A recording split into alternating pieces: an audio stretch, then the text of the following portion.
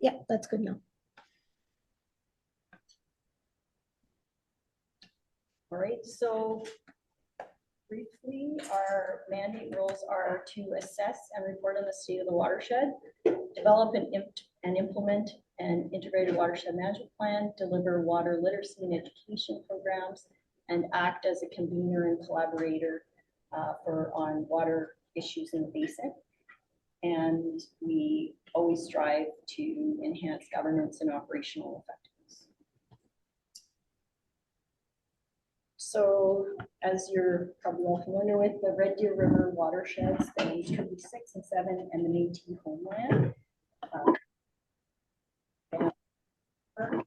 and the main stem of the river runs over 700 kilometers to the border with Saskatchewan, through the Rocky Mountains, the foothills, boreal, the parkland, and the grasslands. And with our integrated watershed management plan, we've also organized these areas into land use regions based on ecoregions, runoff potential, and land use activities. So the basin is quite large relative to the other watershed plan, well, some of the other WPACs. River basins, it's over approximately 50,000 square kilometers. There's around 300,000 people and 74 urban and rural municipalities. There's also strong agriculture presence and oil and gas presence in the basin with over 13,000 farms and 130,000 oil and gas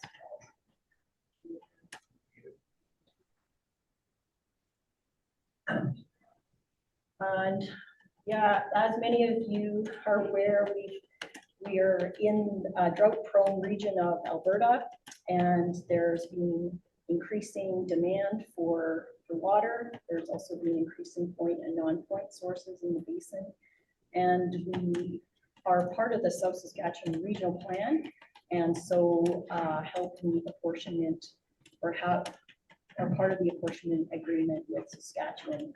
Also under climate change, there's the concern for increased frequency of extreme events and warmer temperatures, as Dr. Pomeroy spoke to earlier in this conference. More recent water challenges is for last year and this year, we're dealing with multi-year drought conditions in parts of the basin. And we reported on water shortages in many parts of the Red Deer River Basin. And we also had low soil moisture conditions. And in 2023, there was several municipalities declaring agricultural disasters. With the El Nino and drought predictions this year, the RDRWA participated in the water sharing agreements as an observer, and were able to ask questions and listen to the activities going on with water licensing agreements during this another potential drought year.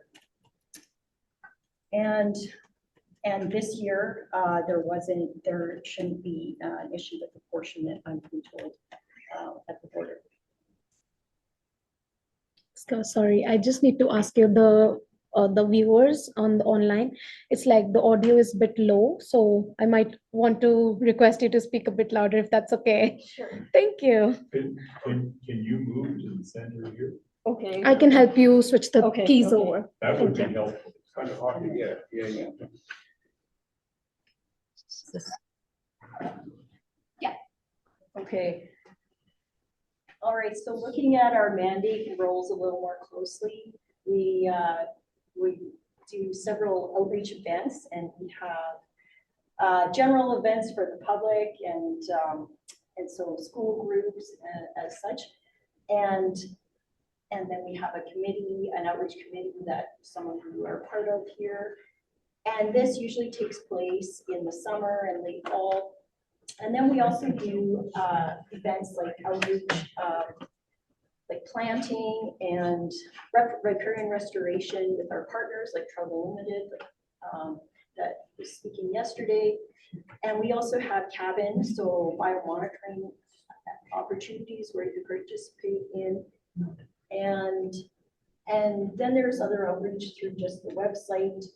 We have resources there. There's also social media. We have events, and we also promote others' events, our partner events, and we have a newsletter that we also goes out monthly. And then we have professional videos that have been developed on the watershed. And then we also participate in different watershed and water management planning opportunities. So like I mentioned before, the water sharing agreements, and then also working with municipalities to implement riparian projects and conservation initiatives towards our overarching goals. But one of our main events or main focus is community and collaborators. So really we are connectors. And so we help bring people together on major water topics in the basin. And so we have 3 core events. We have a spring and a fall event, and then we have our AGM meeting. And we also have some special events. So last year, the RDRWA, along with our other WPACs, we put together a drought workshop. And so there was for several drought workshops across the province because there was drought conditions in many parts of the province. And so this is a couple of pictures from the one in Black Falls where there was 80 people in attendance in central Alberta. And this was mostly geared to municipalities and working towards their drought management plans and components of those. Next. And then we also work on watershed management plans. So some of you maybe participated in the State of the Watershed or were part of the WPAC when it was first started back in 2005. And then in 2009, the State of the Watershed was done. And it's, a huge binder, and it's got lots of great information. And that fed into the first iteration of the Integrated Watershed Management Plan blueprint. And there was also four technical documents that contributed to that Integrated Watershed Management Plan. And they had outcomes, and they were mostly focused on water quality, which is often a reflection of the watershed. So those are being reviewed, and we are now, we've been looking at implementation. There was a focus for the last few years on implementation of some of the recommendations in the plan. And so there was a look at riparian, that's where we did the riparian mapping that we've done, and then also identifying and promoting riparian restoration and conservation throughout the basin. And so now it's an iterative process, and now we are revising our state of the watershed. We're looking at the health of the basin. And so that's where we are now, and this will inform how parts of the basin are doing. So next. All right, next. Yeah, so I briefly spoke on this. The implementation part of the watershed management plan is, so we have done, there was 3 grants from the government, the Water Restoration Resiliency Project that funded these initiatives along with our municipal partners. And this was to do this satellite mapping and look, because the basin is so large, and to look at areas, intactness of riparian areas, and identify areas for restoration, and also identify the areas that are very intact for conservation. And so that was the effort for that. And riparian areas just meaning, shoreline vegetation. They're very important. They provide important ecosystem services that we heard from Leslie yesterday. And, in terms of, flood and drought resilience, water quality improvement, habitat, and biodiversity. So yeah, so definitely we've been promoting natural infrastructure. And next slide.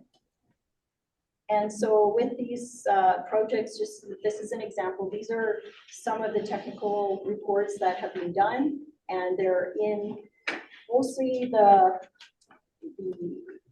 west part of the basin that has high runoff potential or higher runoff potential, and areas are where we could make a real difference in water quality and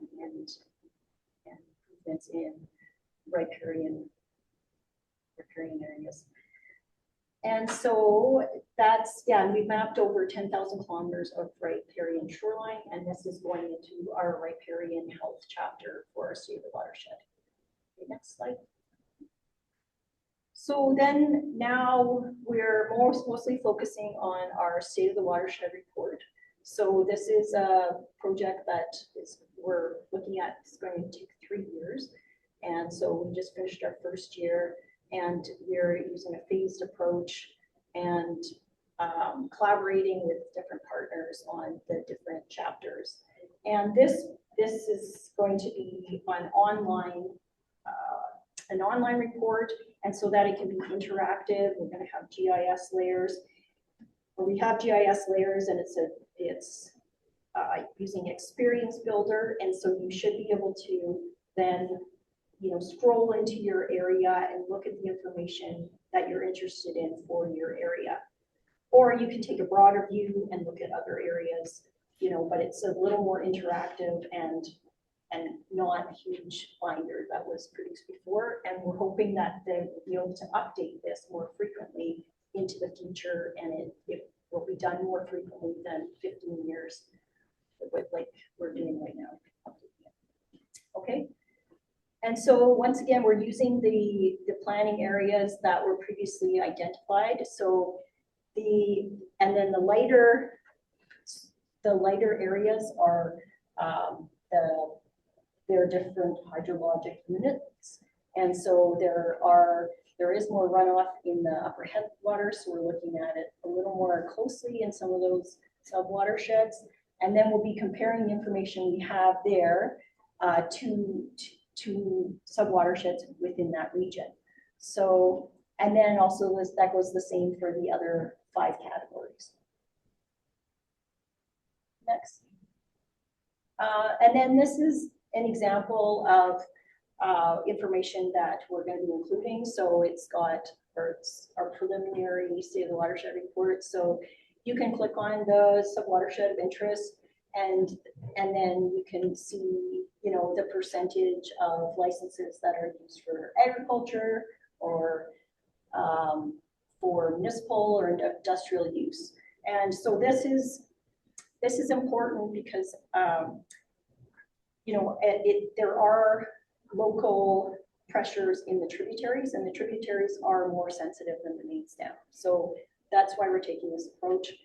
We're thinking it's going to have some. Can you kind of explain that chart? It talks about snow water equivalent and what is it showing us?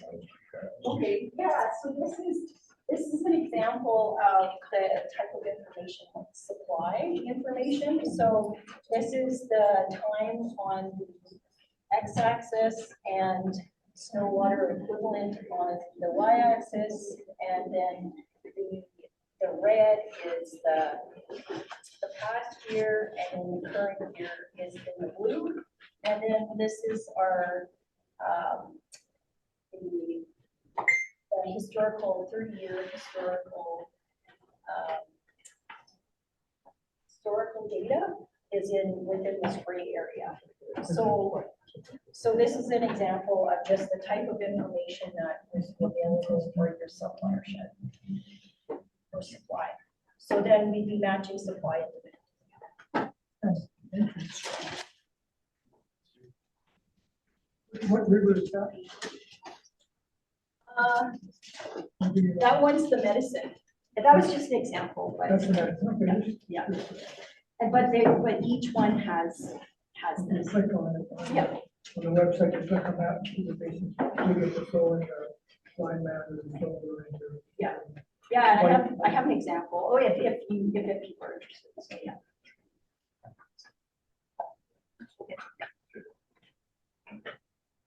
Okay, and then that's the same thing for surface water quality.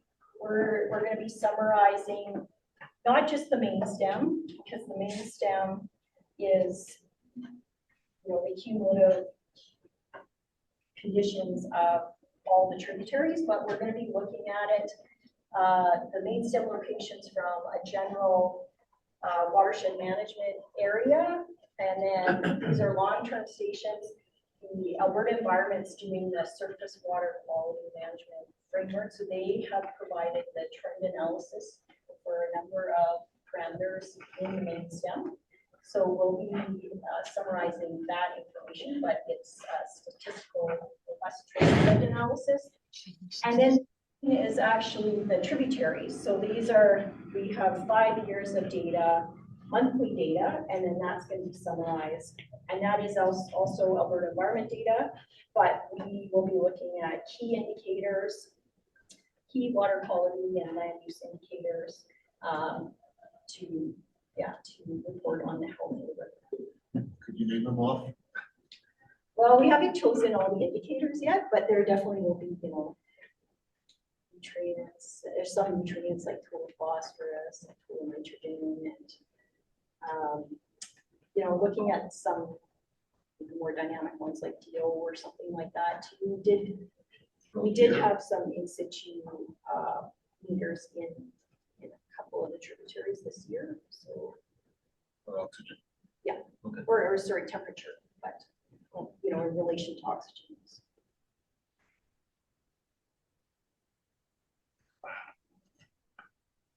All right, and then there's going to be an aquatics chapter, and part of the aquatics chapter, we're including cabins. So this is benthic invertebrates, and this is where the last 2 falls, we've been collecting these bugs in the creek, and we're using the Canadian Aquatic Biomonitoring Network approach. So this is a recognized approach led by Environment Canada and Climate Change, and it's got national standards. And we're trained in, myself and my colleague here, Darian, we're trained in the sampling, and I've seen it used in other jurisdictions, and it's quite powerful. You look at relative abundance, and because each species has some of them are generalists and some of them specialists, but when you find ones that have, are found in unique environments, then you can see how healthy, it gives you an indication of how healthy the ecosystem is. So this would be a good addition to our aquatic ecosystem chapter. Of course, we're also going to have, fisheries in there as well, but this is another addition that we're adding. And we're working with our partners on a model in the Eastern Slopes. So this is another project, but it's working to put together a model on a cabin reference model, and this will be a tool that's going to be used. So then as this information becomes available, you can quickly use this tool and you can get, a summary of your results, quite quickly and quantitatively. So this is another thing, and this will for the Eastern Slopes, but it will help assess how healthy the tributaries are there. Have other groups been doing this for more than a couple of years? Like I'm thinking of Charleston did, or other, scientific endeavors to determine the changes over a longer period of time? Yeah, so I previously worked in British Columbia, and this is a very useful tool in British Columbia for not only environmental impact assessments, but also general watershed assessment. So I know firsthand that it's a great tool, and in combination with other metrics in water quality and that. So and it's proven to be quite sensitive to changes. Yeah, I guess the disadvantage is we don't really know what you know, there's an issue, but then it's up to others to go and investigate what's the source of this issue. Like, is it forestry, is it agriculture, is it whatever? So, you know, it's got its strengths and limitations as well. And then we've also partnered with several organizations on a groundwater research study. So this is with Alberta Innovates. And this information we use for our groundwater chapter. So there, Dr. Bernard Meyer is the principal investigator from the University of Calgary. And then we also have, there's other partners, one's from Germany, and then we have Jessica Liggett, she's done a lot of modeling in the Red Deer previously. And then APMI, Alberta Environment, and myself. And then it's looking at the conditions in shallow groundwater, which was defined by 100 meters in depth. And then, you know, summarizing kind of the Highway 2 corridor. So hope to give you updates on that. That's a year into the project. And then we couldn't do this without all our partners. And, you know, I guess like to say that we're a connector. So you know, when there's issues, often we try to connect people with the right resources. And then for the State of the Watershed, we really need everyone's help to help bring the best product together so it can be useful as a decision-making tool and also inform local interest groups on, you know, potential issues or how things are doing. And yeah, and then also inform our organization on, you know, where to prioritize next. Yes. All right, so then just, you know, the question was look at 2050. So the plan is just to keep working on this process, watershed planning, and assessing how we're doing through this iterative process, and then also informing the public and our partners on, you know, what we're finding, but then also continuing to move on water and watershed issues in the basin. And yeah, and really we all need to come to the table and work together on these issues, you know, with this basin and across the province. So, you know, everybody needs to be at the table. We really appreciate this opportunity to speak to you today. So thank you to our funders. And then the next one, thank you for everybody today for listening.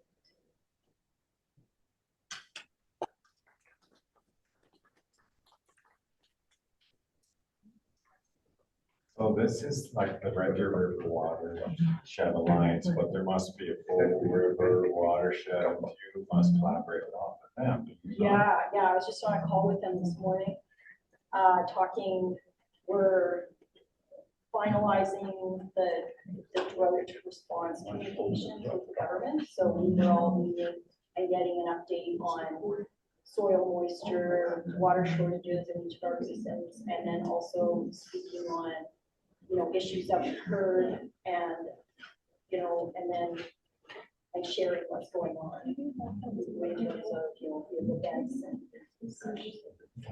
Yeah. But they also are great partners too in yeah, just because we can kind of work collaboratively. Sometimes we have shared challenges, but sometimes there's only, you know, so they're I don't know, they're great. Yeah.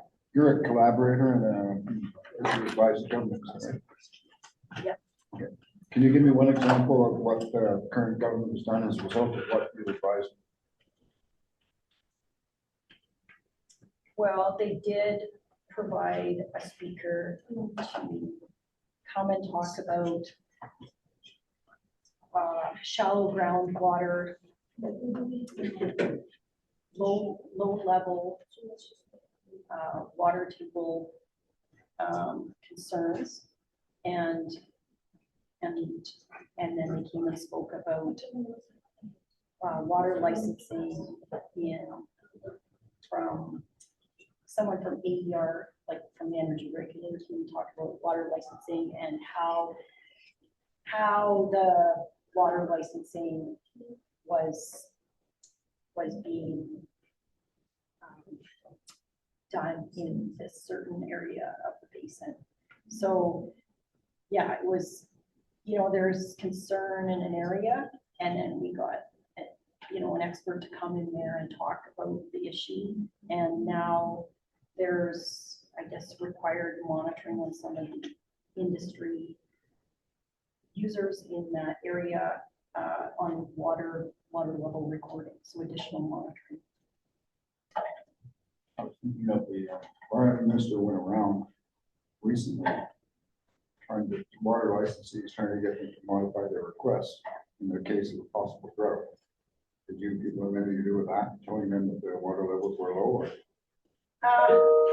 No, so for that was just surface water, and it was just the main stem. But yeah, I sat in those meetings but I was an observer. So I asked questions. I was allowed to ask questions, listen and ask questions at certain times. And so with that, I guess,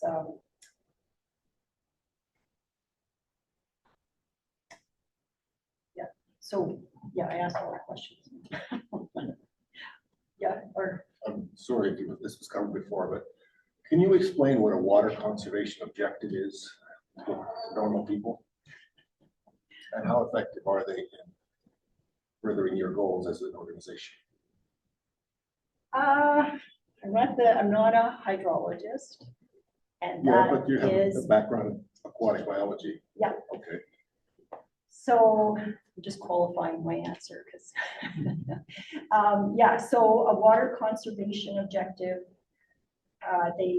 this is used for, as, a kind of a limit for planning in the main stem of rivers in the province. And so it's, and so they use the government who manages water, in the province. They use it as kind of a performance measure of how, supply and demand are working. So many water licenses have been issued, and then if there's low supply, then how close is that basin or that reach to that objective? So in a normal to wet year, they're not used really. Okay. But in a drought year, this is a critical number. How's it set? It's, well, yeah, so once again. I know it's not an easy question. Yes, I'm putting you on the spot. Yeah, no, I just, I don't want to misspeak, but this is my understanding is, yeah, so they consider, the historical conditions, so usually, 30 years or something like that of the hydrograph. And there's numbers determined during, different seasons, so wet seasons and then drier seasons. Okay, but we just determined that it only matters in dry seasons. Yeah, but they have, but they do, I guess they do have two numbers. They have two sets of numbers sort of during one type of season when, they watch the hydrograph, and so they have a number for that. And then in another type of season, they have another number for that. And another consideration is in some reaches, but it's unique, but it is important in the red deer, especially the main stem of the red deer. They also consider loading, so waste loading. So if there's, they have to consider how much waste can be assimilated in the main stem reach, the urban reach of the, I guess, center reach of the Red Deer River Basin.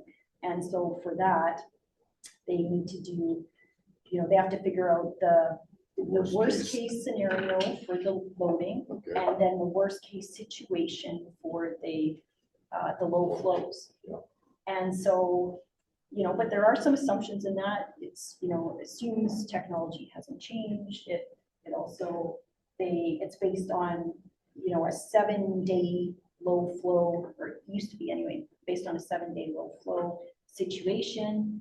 And so, but, under climate change, maybe those could be looked at more closely. The other, so that's just the main stem of the river. And, but that helps the approvals check to make sure if,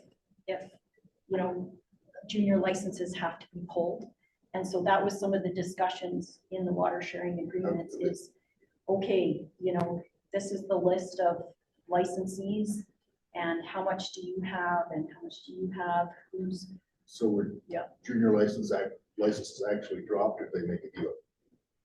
they, yeah, 2023. depends on so 2023, we didn't have the sharing agreements, but in the old man, where they ran out of water, then, 20 years ago. well, last year, the base was dry. Well, okay, yeah. Anyway, so there was agreements on, people, different licenses cutting back so that everybody could have some But water. strictly volunteer.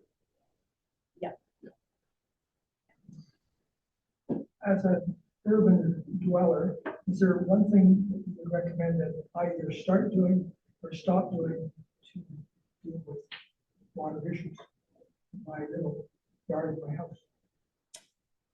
Well, interestingly, City of Red Deer, I don't know if you live in the City of Red Deer, but there's, if you can collect water, from the roof, or collect water in a water barrel, and then when it comes off your roof and use it for gardening, that's the best urban dweller activity.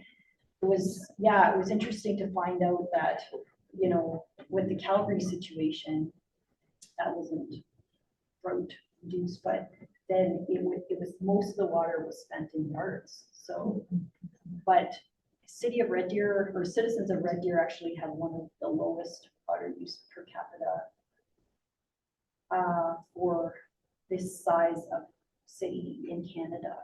So that was kind of an interesting water use per capita in 4 cities of this size. So they were one of the top ranking low water users. So that was kind of, it was honestly a stressful couple of years with the 2 droughts, but there were some real interesting nuggets that came out of this that, in some ways, that finding out the City of Red Deer is a leader in water use, that's great. But I'm sure it also has to do with just the geographic location of the amount of precipitation that's received and that, but yeah. Another question, proposed RD dam. Can you outline your understanding what the purposes will be used for? And then the other question, I guess, is the location of the dam predicated by geomorphology or by a pressure head for irrigation? Those are 2 really good questions that I don't know. That's going to affect the regular watershed quite a bit.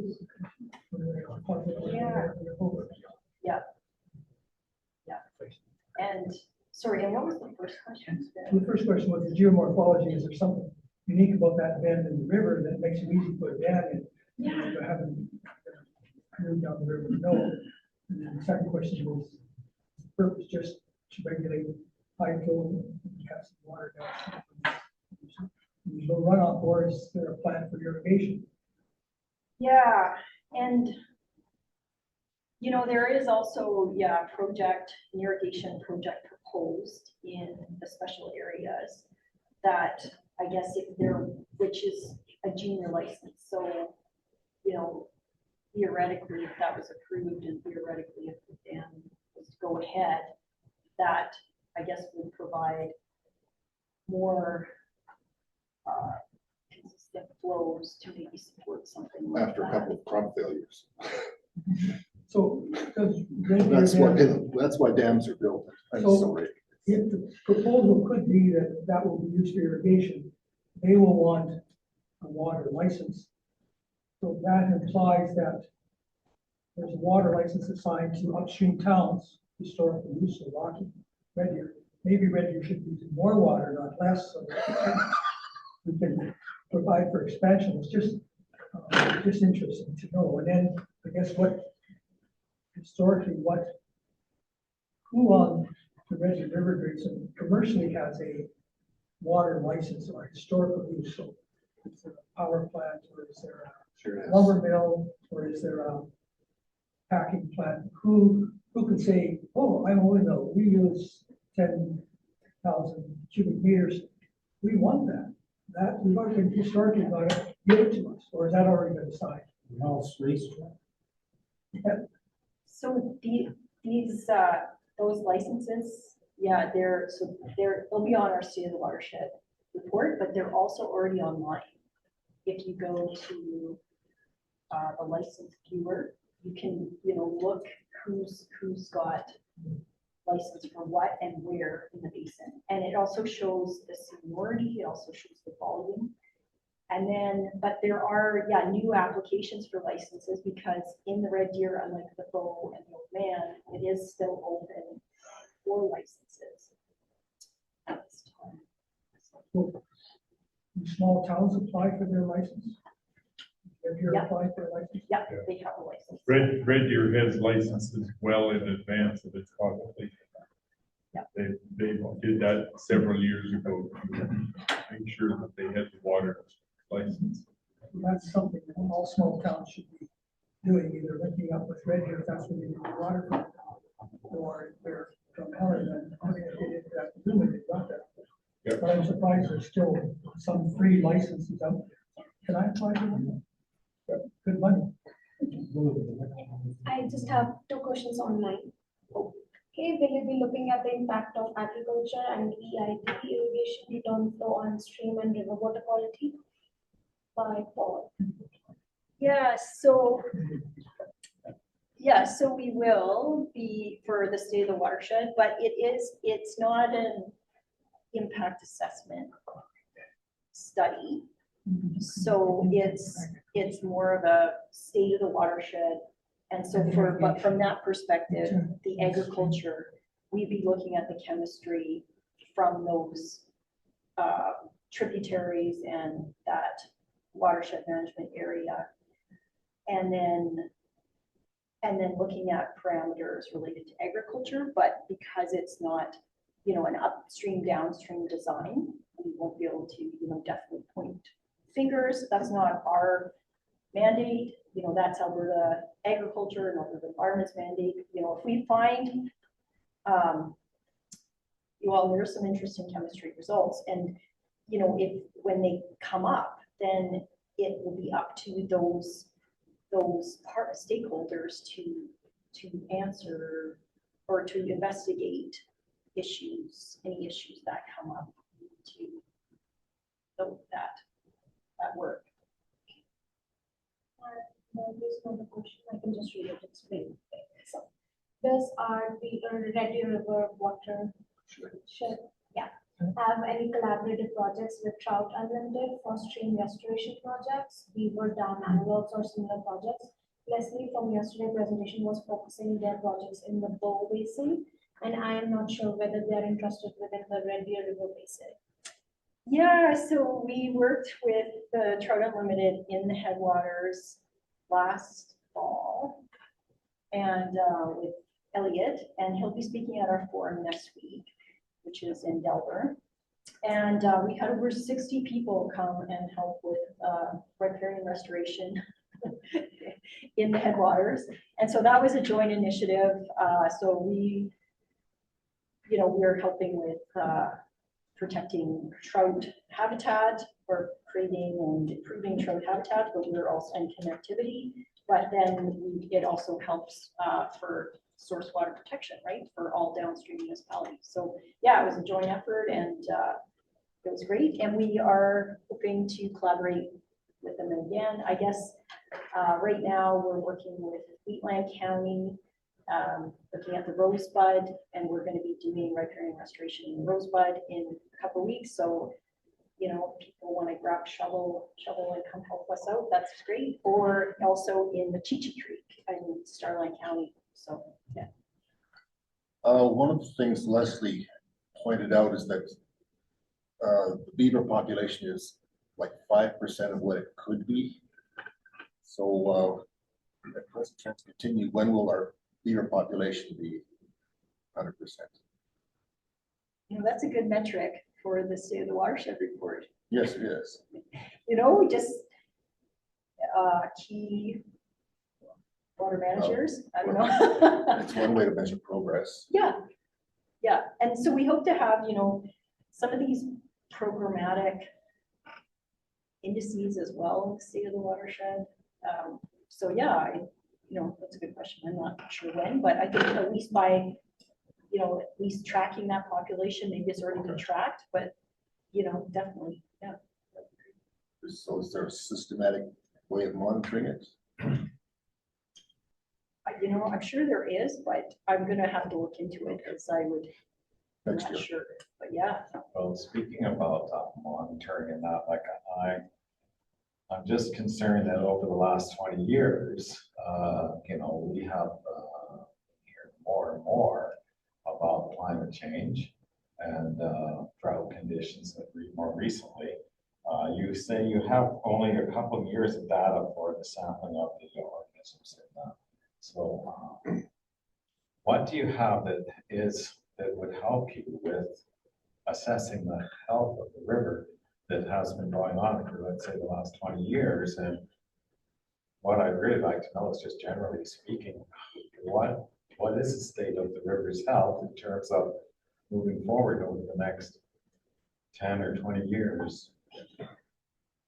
Yeah, so we will use, you know, the typical indicators that are in the watershed planning guidance documents.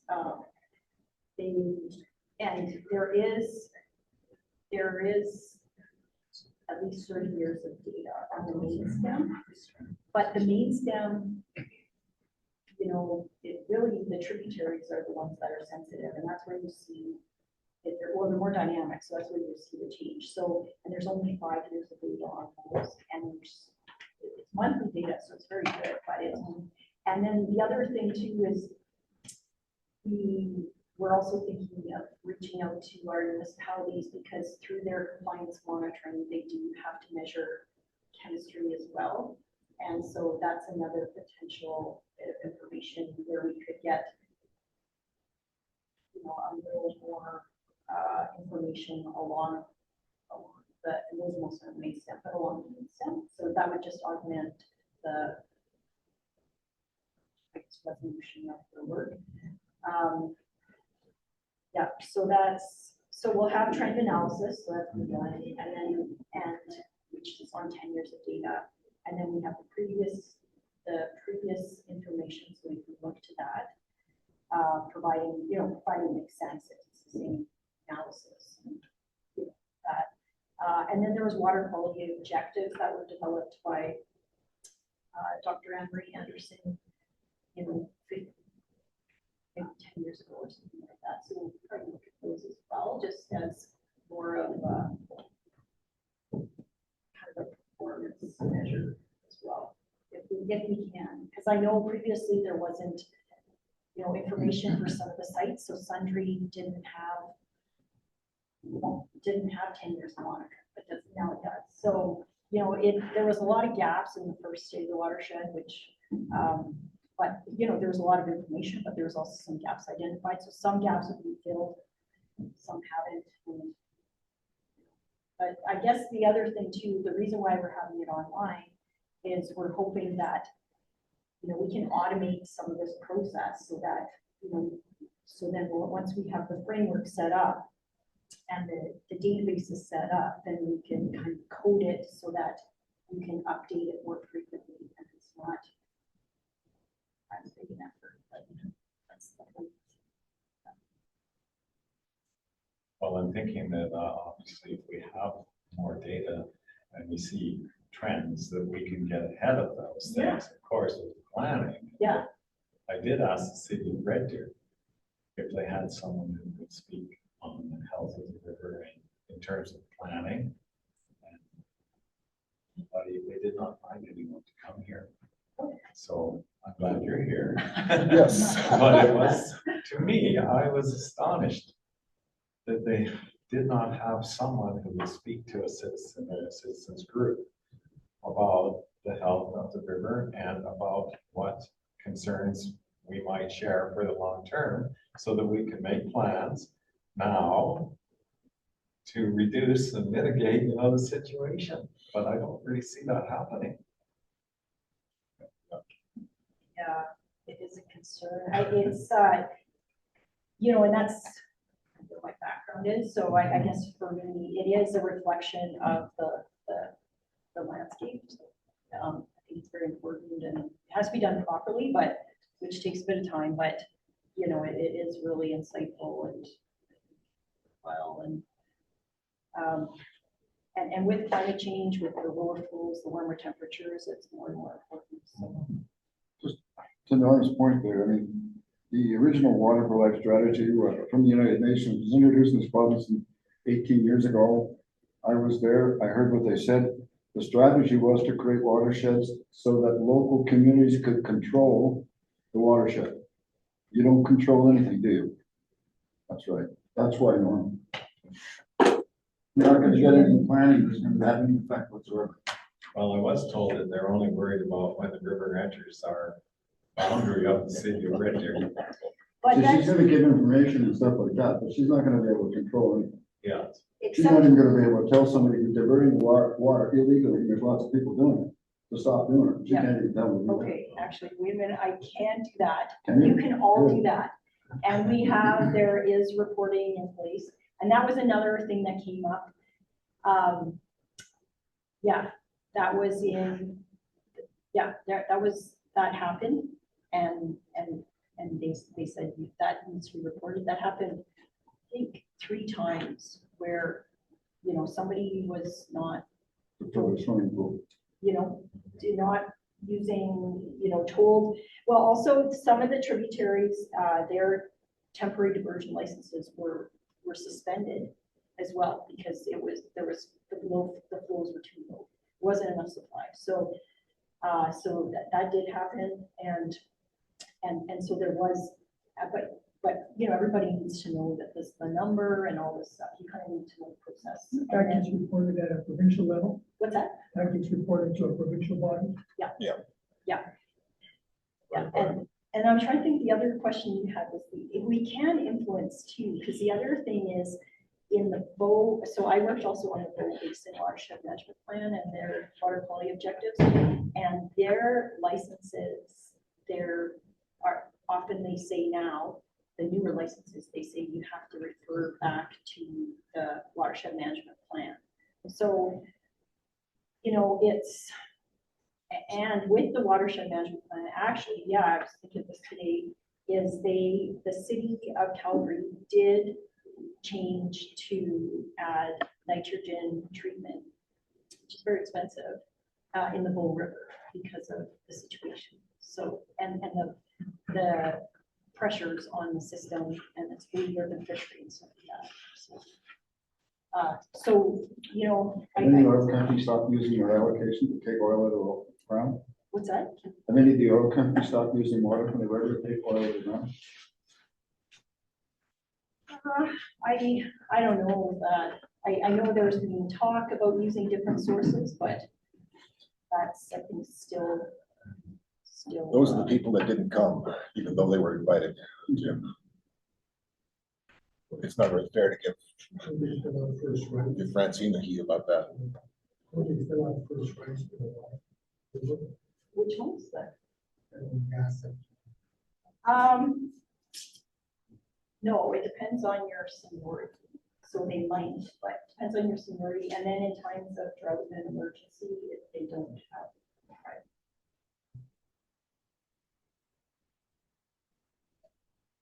Well, we're right up at 7. I want to thank you. You took some tough questions there.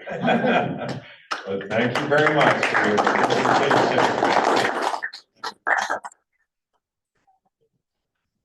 Yeah, those are good questions. Francine, you might be interested to know that when the watershed alliances were first set up, Yeah. Red Deer River was not considered to be a complete watershed. It was thrown in with South Saskatchewan.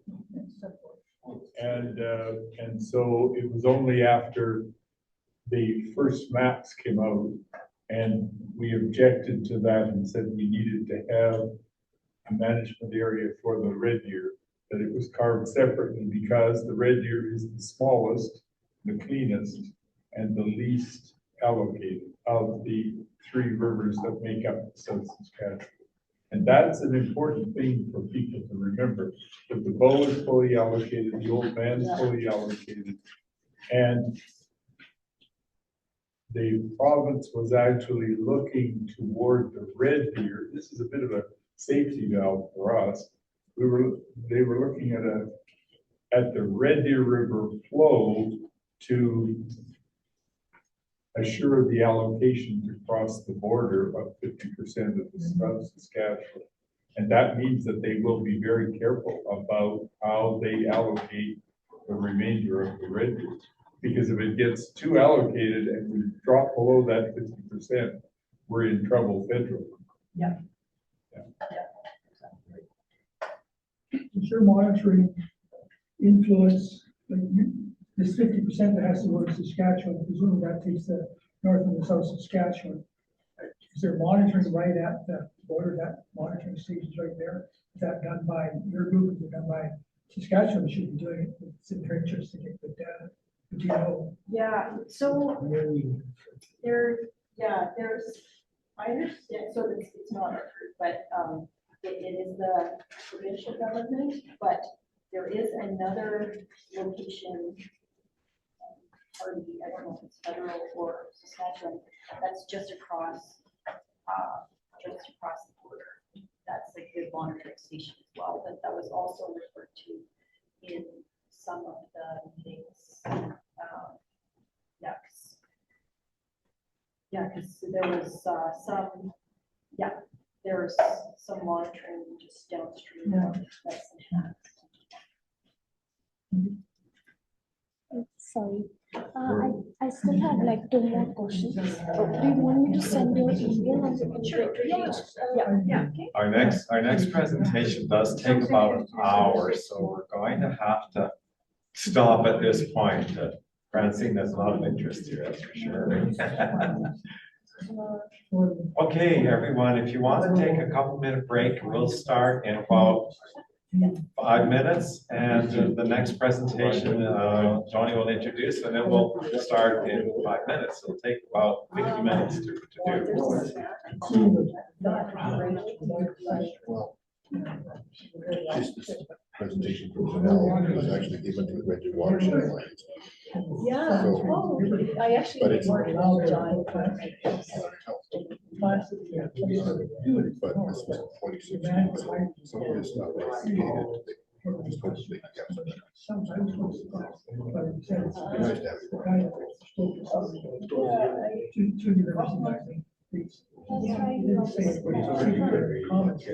it. People don't understand how much water.